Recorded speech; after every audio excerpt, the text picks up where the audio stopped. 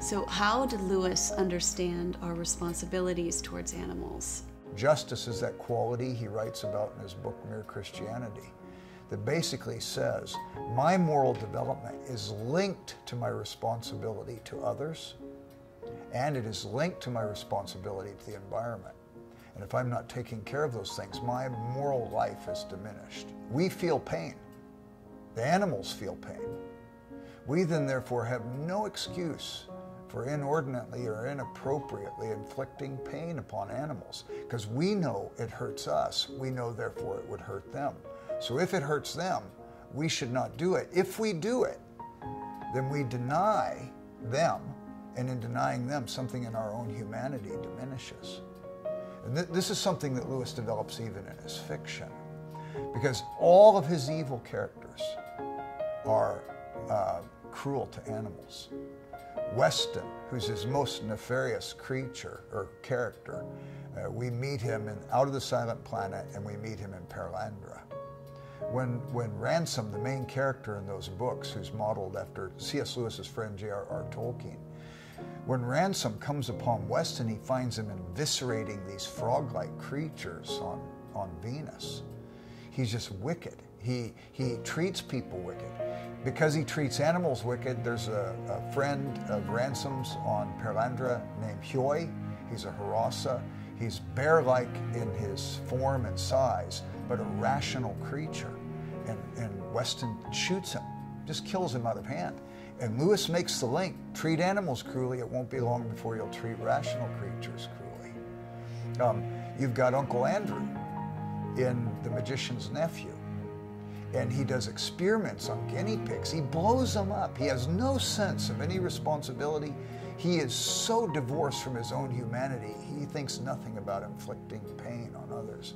And finally, he decides that he's going to do some experiments, but rather than risking his own life, he puts at risk his nephew and his nephew's friend, Polly, and sends them to another world without wondering if how they're going to get back. He doesn't care. And if they die, it's no big deal because he doesn't care for them. So he again makes a segue: cruel to animals, he'll be cruel to people.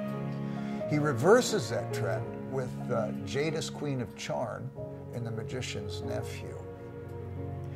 She will later become the White Witch of Narnia, making it always winter and never Christmas. She destroys her world. She learns by magical arts how to say the deplorable word which will save her and destroy others. She's so evil, her world mounts up against her.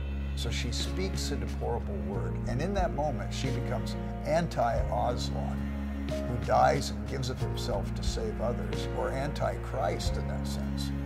And the next thing we know, she's beating animals. So with Weston and with Uncle Andrew, he begins with cruelty to animals, and it awakens into cruelty to men and women and children. With Queen Jadis of Charn, she's evil towards others, and then we see that also exhibited in her cruelty to animals. When God makes each of us, he has purposes for us. And therefore, he makes us each unique. We're works of art, and nobody can do exactly what we do, and each person has a purpose to serve. One of those purposes, of course, is responsibility to one another. Lewis writes in The Weight of Glory, you've never met a mere mortal. Every person you meet, if you saw them as they would one day be, they would either be a horror, the likes of which you see only in your worst nightmares, or a beauty and a glory, the likes of which, if you saw them as they will one day be, you'd be tempted to fall down and worship them. And he says, every day we're helping people to become either that horror or that glory. And there exists in on us an eternal weight of glory, a responsibility as we move people towards one end or another. Well, this is not just merely human to human.